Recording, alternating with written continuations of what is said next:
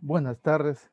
He tenido unos problemitas con la red, pero ya lo hemos solucionado. Entonces, hoy en día es una de las complicaciones más frecuentes que tenemos, ¿no?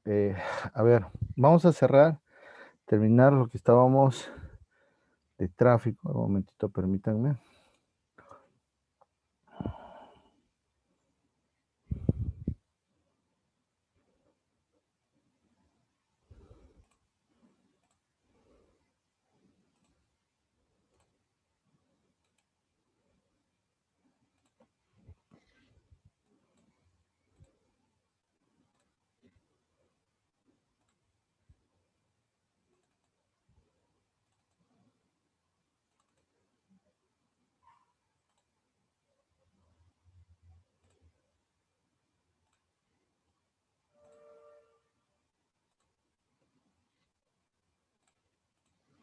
Por favor, un momentito. Un problemita de último momento.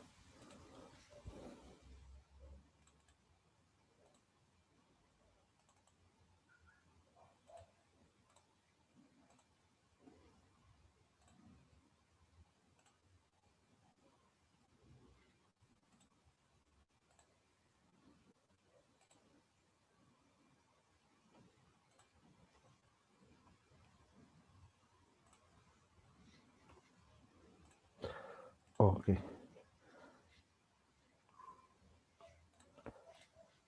Listo, nos quedamos viendo el tema de tráfico.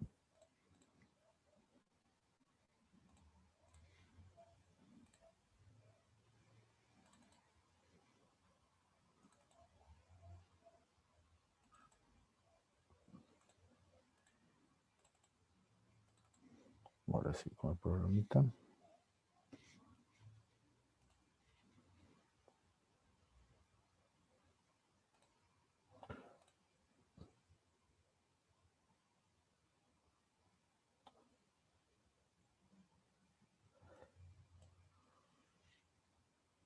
Y ahora sí voy a proceder a compartir.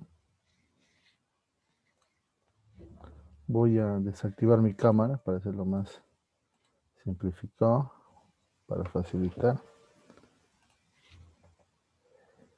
Ok, listo. Entonces, estábamos viendo el tema de tráfico, el manual, ¿no? ¿Cómo determinar el factor vehículo pesado? Está detallado. Y de ahí viene, esto habíamos quedado en el, a ver, bueno, solamente para hacer un repaso aquí. El factor de vehículo pesado, ¿no? ¿Qué significaba? Que si este B2 transitaba por la carretera, era como 4 veces y medio mi eje patrón, mi eje equivalente, ¿no? Igual, el B3, ¿no? Si transitaba por la carretera, era 2.6 veces, ¿no? Equivale, ¿ok? Entonces, ese es el popular factor destructivo. Pero cuando hablamos de factor destructivo, en este caso estamos hablando solamente por carga, pero también hay otro valor que se multiplica el mismo y que es el factor de presión inflado. Entonces, estrictamente hablando, va a depender en qué tipo de contratos se encuentren ustedes. Si es para expediente técnico u obras de carreteras, vamos a hablar de factor destructivo exclusivamente del factor de vehículo pesado. Pero, pero, si está en contrato por nivel de servicio, su factor destructivo va a ser el factor de vehículo pesado por el factor de presión de inflado. Importante tener en cuenta esto. ¿Por qué?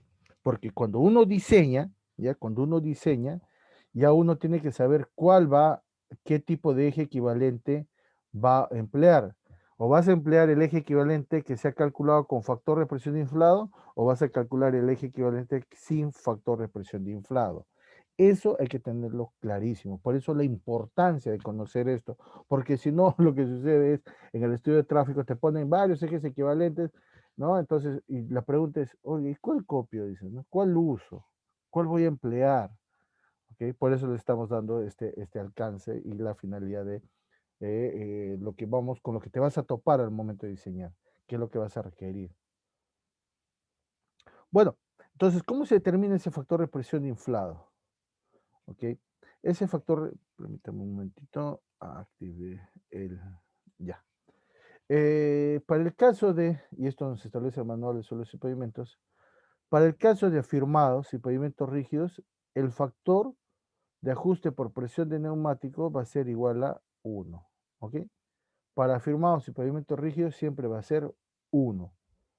Por eso aquí la importancia en esta hoja de cálculo es poner qué tipo de pavimento es. ¿Por qué? Porque si yo le pongo un flexible, ¿no? Me va a salir el factor de presión inflado que se necesita.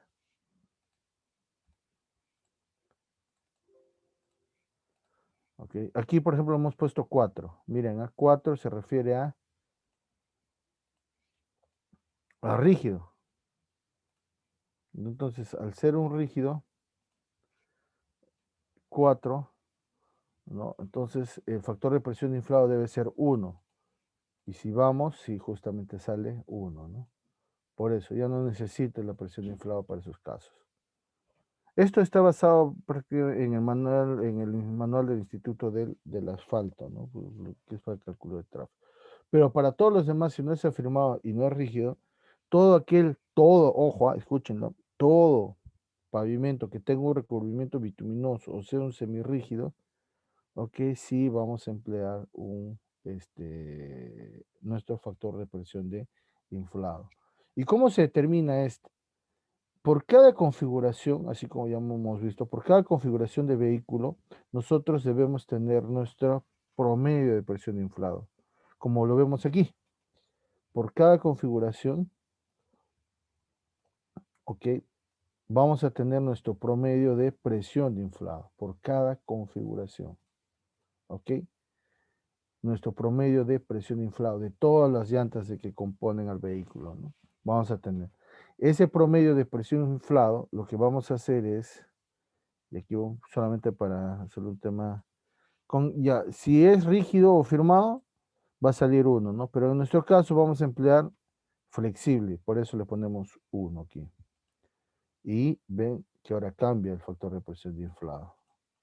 ¿Ok? Vamos a ver por qué es eso. Entonces, lo principal es que debemos tener la presión de inflado por el promedio de presión de inflado por cada configuración vehicular. Y vamos a trabajar en esta tabla. Vamos a trabajar en esta tablita. Ya, a ver, ¿por qué 1? La metodología nos establece, ¿no? La metodología nos establece 1 para el caso de, porque al final es porque no tienes un recubrimiento bituminoso. Así es, porque no tienes un recubrimiento bituminoso. ¿Ya? Ese es el punto generalmente. Aquí no se tiene recubrimiento bituminoso y por lo tanto no vas a,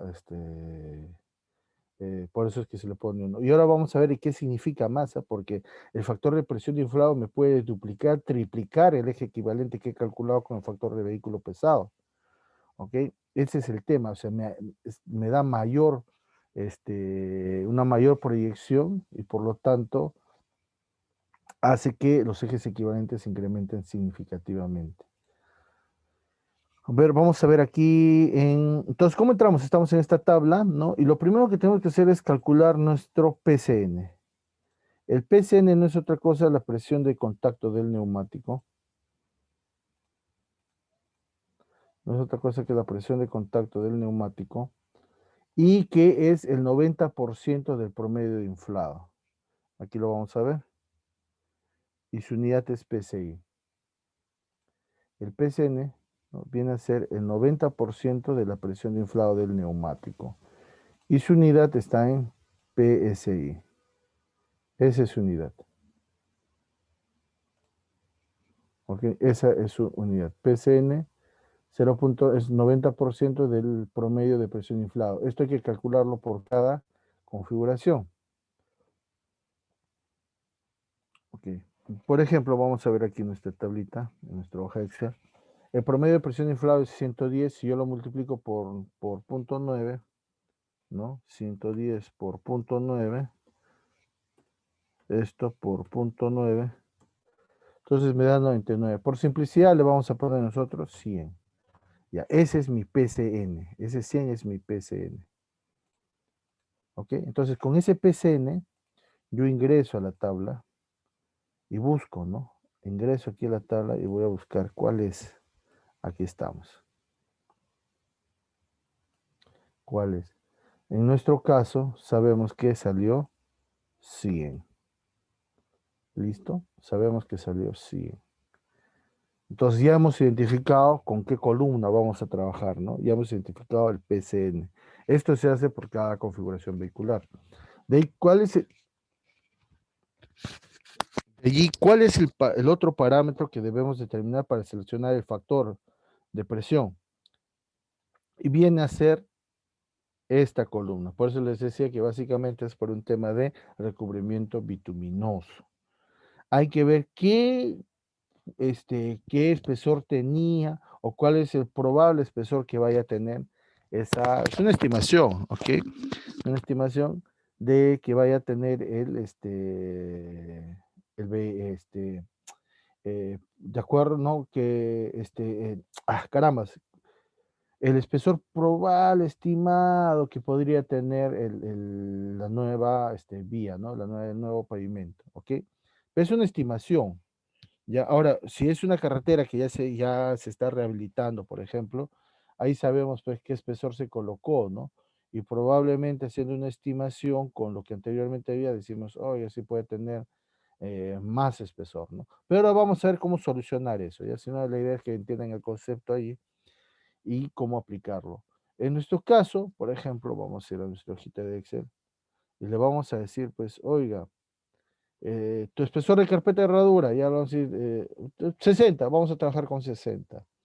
Ok, entonces viene, ¿no? 60, 100, mira, ahora mi presión de inflado es 1.72.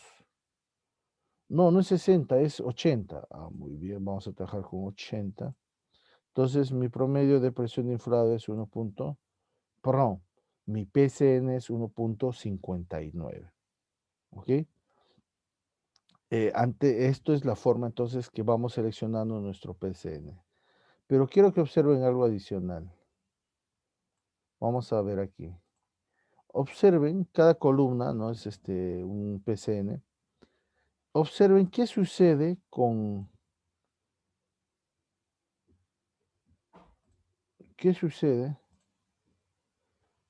un momentito. ¿Qué sucede? Y le voy a poner una columna cualquiera. ¿Qué sucede con el factor de presión inflado cuando aumenta el espesor de la capa de herradura? ¿Qué pasa con el PCN? ¿Se han percatado?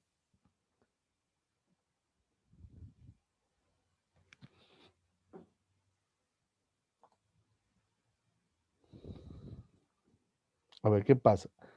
Se reduce, ¿no? Mientras más espesor le pongo de capa de herradura, el factor de presión de inflado se reduce.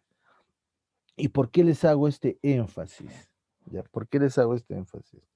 Vamos a suponer pues que no estamos oiga, no se sabe pues pues, estoy calculando el tráfico, ¿no? Y por lo tanto no sé pues qué espesor va a tener, ¿no? ¿Ya? No sé qué espesor va a tener la carpeta asfáltica. ¿Ok? Entonces no va a esos, esos errores que pasan muchas veces cuando viene el especialista de tráfico. No, tienes que darme tu espesor de pavimento. Oye, si yo necesito que me des el tráfico para calcular el espesor de pavimento. No, pero yo necesito también para hacer mi cálculo. ¿No? Y a veces eso es cuando se mecanizan mucho y no tienen en cuenta que son estimaciones. Entonces, por un margen de seguridad siempre, en ingeniería siempre somos conservadores. Entonces, ¿cuál usaríamos? Usaríamos, pues, el de, ¿no? Usaríamos el de 50 milímetros. ¿Por qué?